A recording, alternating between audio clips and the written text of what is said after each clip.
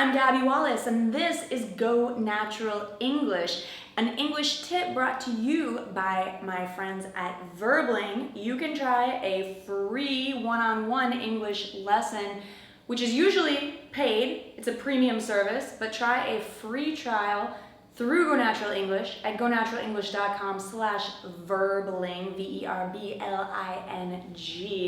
I recommend it. I've tried lessons with Verbling and I love it. So it's a recommended resource for you, English learner. Also, this English tip is brought to you by the Go Natural English course, Fluent in 15. You can learn more about this video course at gonaturalenglish.com/fluent15, FLUENT 15. Now, today's tip is an answer to a question from Yui Yan Fan. I hope I said your name correctly.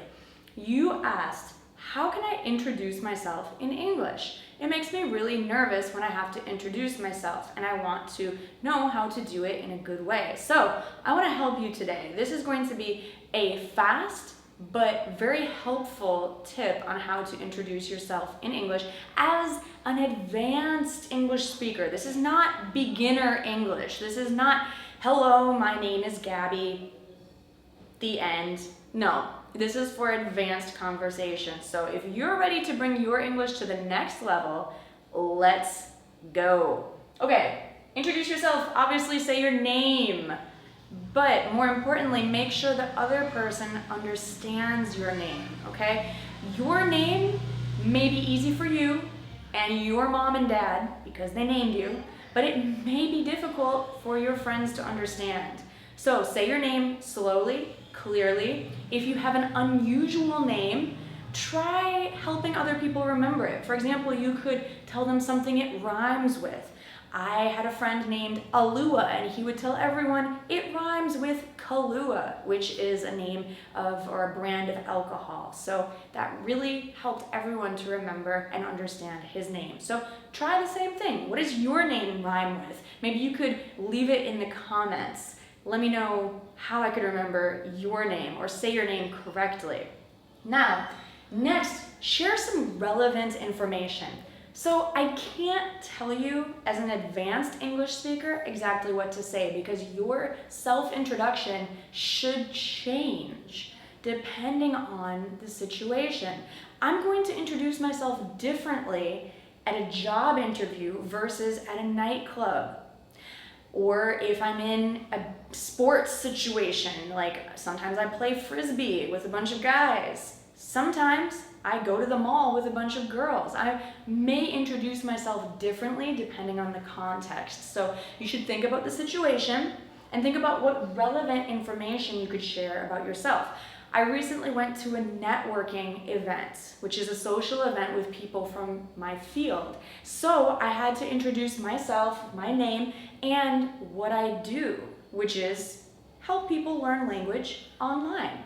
So keep it short and sweet. You notice what I just said took about 3 seconds, but it's pretty clear.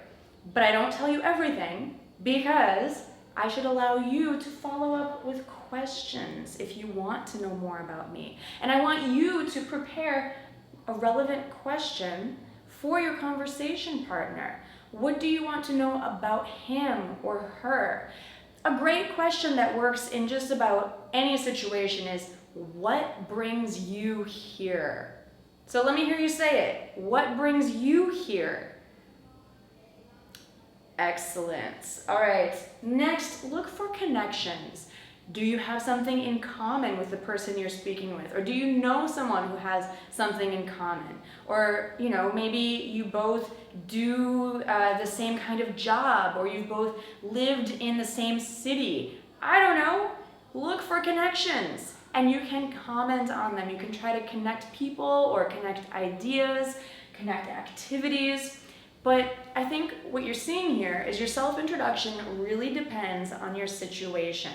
So I don't advise memorizing the text from your English class or your textbook, because it doesn't work in most situations outside the classroom. That's the reality. What I do recommend is that you practice your self-introduction with your friends, with native English speakers, or use that free trial on Verbling to practice your self-introduction. Go to gonaturalenglish.com/verbling to get the free offer, because it's not available other places. Now, 3 things not to do. Please, please, please do not consider your self-introduction a presentation. If you're talking for more than about 15 seconds without stopping, without letting the other person respond, without letting the other person ask questions, you're talking too much. This is my honest opinion. You might disagree. If you disagree, leave a comment. I'd love to know. I'd love to talk with you about it. But remember, this is not a lecture. This is not a presentation. Introductions should be 2 ways, just like a conversation.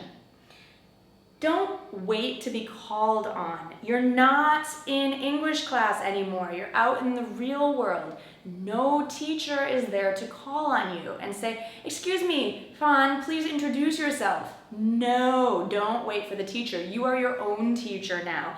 I give you the power. Give yourself the power. Empower yourself to walk up to someone and say, "Hey, we haven't met yet. I'm Gabby." Okay? You can do it. And assumptions.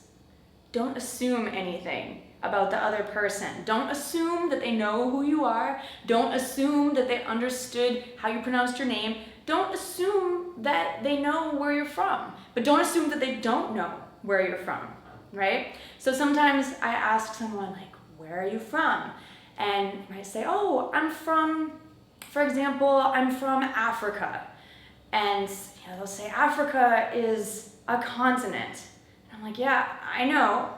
Where in Africa? I've been there. So don't assume that someone doesn't know. But on the other hand, you might find someone who really doesn't know where your home country is. So be patient with them. Educate them. Tell them, it's over the ocean, that way. Show them on a map, show them on the smartphone. This is a great way to connect with people when you can educate each other. Okay, so I don't want to go on and on, but I do want you to make your introduction specific to your situation. Again, do not memorize what your textbook has to say. Do not use the same introduction for every situation. Make sure that you are as unique as the situation. And remember that if you're interested in other people and you're asking questions, you'll be more interesting, all right? So thank you so much for watching this tip. Remember that you can come back to gonaturalenglish.com for a free ebook.